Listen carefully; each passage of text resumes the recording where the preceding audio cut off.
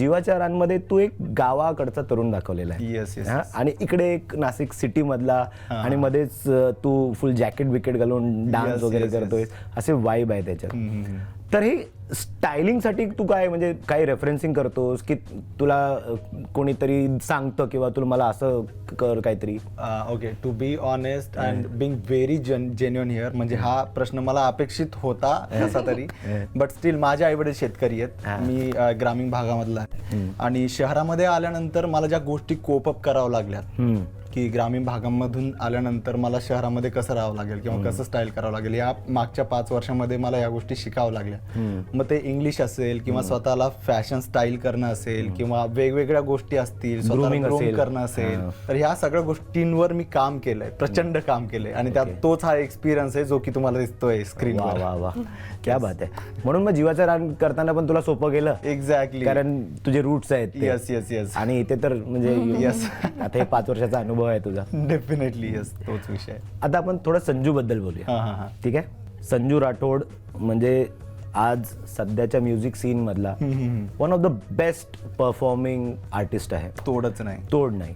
तुमचं संजू बद्दल किंवा त्याच्या बरोबर तुमचं रिलेशनशिप कसं आहे, कशी तुमची ओळख झाली? अच्छा, ओके, त्याच्याबद्दल थोडं सांगा. मी संजूला म्हणजे लिटरली 4-5 वर्ष, म्हणजे जेव्हा मी पण एकदम नवीन, मला काहीच माहिती नाही, मला ए पण नाही माहिती असं, आणि त्याचे 1-2 गाणे झालेले आणि तेव्हा त्याचं ते सॉंग आलेलं गोरी गोरी पाणी, सो तेव्हापासून मी त्याला ओळखते.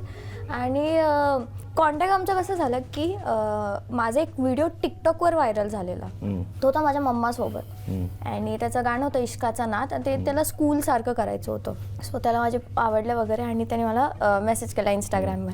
आणि तेव्हा मी पण लहान, मी 11th-12thलाच, सो मला असं झालं की हा कोण मला स्टॉक करतोय, हा कोण मला असे मेसेज करतोय, करायचं सॉन्ग करत ह्या सगळ्या गोष्टी 4-5 इयर्स बिफोर म्हणजे एकदम न्यू होत्या. असं मी 2 महिन्यानंतर त्याचा मेसेज एक्सेप्ट केला आणि मी बोलली की ओके, तो बोलला नंबर सेंड करा तुमचा, सो मी तुमच्या घरच्यांशी वगैरे बोलतो, मी गाणं वगैरे सेंड करतो.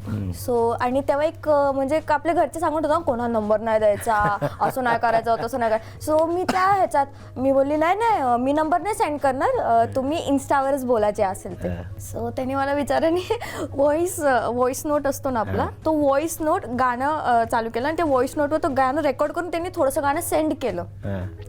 सो मला थोडं ट्रस्ट झालं की नाही हा थोडंफार जेन्युइन काहीतरी वाटतंय असं. मग मी घरी सांगितलं आणि ऑब्व्हियसली एव्हरी फादर, प्रत्येक फादरचं हाच रिॲक्शन, नाही जळगावला एवढं लांब असं तसं हे ते. मग मी बोलली की पप्पा एकदा ट्राय करून बघूयात ना असं तसं. मग माझे पप्पा जवळपास अर्धा 1 तास त्याच्याशी कॉलवर बोलले आणि काय बोलले ते मला अजूनपर्यंत माहिती नाही. तो एवढं घरी येतो जातो पण अजूनपर्यंत मला माहिती नाही काय बोलले. मी गेलो शूटला, झालं शूट वगैरे. एका गाण्याच्या शूटला आम्हाला 7 days लागले, कारण तो स्वतःच करत होता तिथे सगळं. जमत नव्हतं त्याला. हा असं नाही म्हणते ना, व्हायचं काय की जे आमचे सीन्स वगैरे होते सो तो स्वतः करत होता आणि त्याला पण विचारायला काय जास्त हे नाही. हा नवीन होता, त्याला पण सगळे ते लोक तसे म्हणजे आजूबाजूचे फ्रेम मध्ये म्हणजे लिटरली एका सीन मध्ये असं होतं की फ्लावर लागतोय फ्रेम म्हणजे असं फुल द्यायचंय त्याला, मला फुल लागतंय आणि ऑन कॅमेरा आता झालं आणि आता संजू तिला फुल दे, तर फुल कुठे, अरे फुल ने निघाला स्कूटीवर फुल आणायला, म्हणजे लिटरली तोच लिटरली अशा ह्याच्यातनं म्हणजे असं सगळं वर्क करत करत तो म्हणा मी म्हणा आम्ही असं आलंय. सो मी त्याची जर्नी ती पाहिली आणि हॅट्स ऑफ त्याच्या जर्नीला की त्याने जिथून स्टार्ट केलंय, जसं मी त्याला बघते आणि आता त्याला बघते, खूप प्रोग्रेस आणि खूप छान. आणि एक म्हणतो ना की माणूस मोठा झाल्यावर माणसाच्या डोक्यात ती हवा जाते. सो मला अजून पण काहीच आठवलं नाही कधी म्हणजे त्याला कधी काय वाटलं ना तर बिंदास फोन करणार, म्हणा सृष्टी मम्मीला सांग खिचडी करायला, मी 5 मिनिटात येतोय. म्हणजे अजून पण तो तेवढा त्याच्या रूटशी कनेक्टेड आहे आणि तेवढं डाऊन टू अर्थ आहे. सो खूप चांगला माणूस आहे, एवढंच म्हणणार. विश्वास? ऍक्च्युली संजू आणि माझी ओळख 4 वर्षांपूर्वी झालेली. भरपूर वेळेस आम्ही भेटलोय बट सोबत कधी प्रोजेक्ट केला नाही किंवा योगायोग आला नाही. ते म्हणतात ना की मराठीमध्ये आपण म्हणतो की बोलावे शुद्ध, ऐकावे शुद्ध, पहावे शुद्ध आणि लिहावे शुद्ध. आणि मराठीच्या प्रचारासाठी आम्ही कंबर कसून आहोत प्रतिबद्ध. वा. तर भरपूर वेळेस संजूची आणि माझी भेट झाली किंवा इंडस्ट्रीमध्ये काम करताना भरपूर वेळेस समोरासमोर आलो, पण कधी आम्ही काम केलं नाही सोबत. आम्ही इंस्टाग्रामवरही फॉलो करायचो, बट हा योगायोग मला मायबोली थ्रू आला. क्या बात आहे. यस, म्हणजे संजूला मी जवळपास 5 वर्षांपासून ओळखतो, but we never thought will work together. आणि ह्या अशा गोष्टी आल्या. तुला माहिती आहे का, या गाण्याचं ज्यावेळी पहिल्यांदा बोलणं झालं ना, त्यावेळी विश्वासचं त्याने मला फोटो पाठवून सांगितलं की या गाण्यामध्ये विश्वासच असणार.